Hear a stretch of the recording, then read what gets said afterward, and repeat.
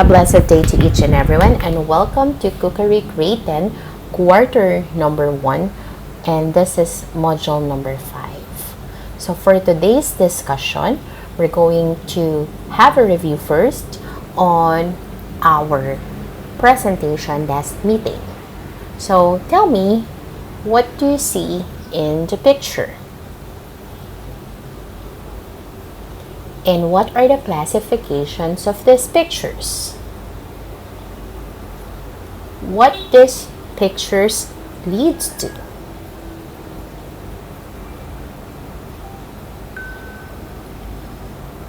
So for today, we're going to talk about cereal. Cereal is any grain that is used for food. Grains, especially whole grain, are not just empty calories. Cereals, these are very valuable and can contribute a great deal to our health. Starches are products that is being known for its glutinousness and aversion to the flow of its starch paste.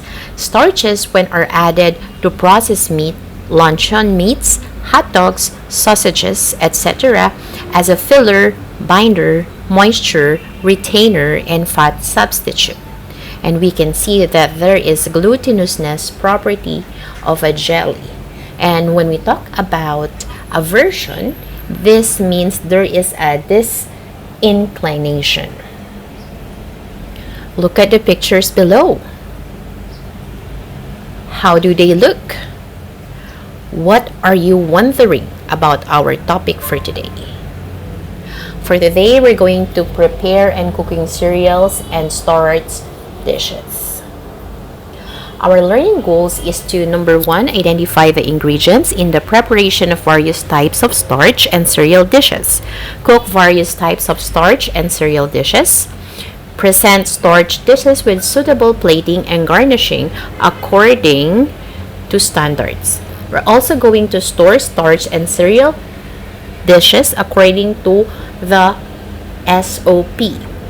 You have to adhere with the hygienic and safety procedures while you are doing your work in the kitchen by means of an evaluation, and after which, integration of the finished product of your cereal and starch dishes should be applied to an entrepreneurial activity.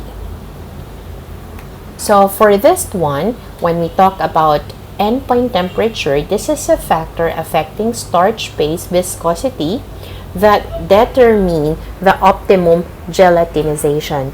Starch gelatinization is a process of breaking down the intermolecular bonds of starch molecules in the presence of water and heat, allowing the hydrogen bonding sites to engage more water.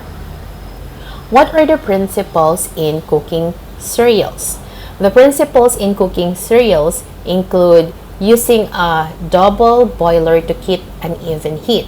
You can also watch the video of lesson 2 learning outcome number 2, prepare and cook starch and cereal dishes by Uling Aga.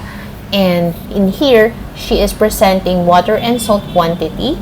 She always turn on the timer in cooking and follow the described cooking time and plate and garnish appropriately. And incorrect and poor serving should not take place on the process. Double boiler. This is a type of cooking tool that is used to keep even heat in the food being boiled. When we cook pasta, we have to remember that the pasta should be cooked al dente according to the video presentation of Mylene Hulinghaga. And this means that cooking should be stopped when the pasta still feels firm to the bite, not soft and mashy. There will be a pleasure of cooking pasta that is its texture, and this is lost if it is overcooked. We have to do a test for doneness, then we have to break the pasta after which. So we talk about al dente. When we said al dente, this means that it is firm when bitten. The suggested cooking time for pasta is 8 to 12 minutes, but it will be depending on the kinds of pasta that you are cooking. The oil, you have to put it and you have to toss it gently. The oil will going to prevent your pasta from sticking together.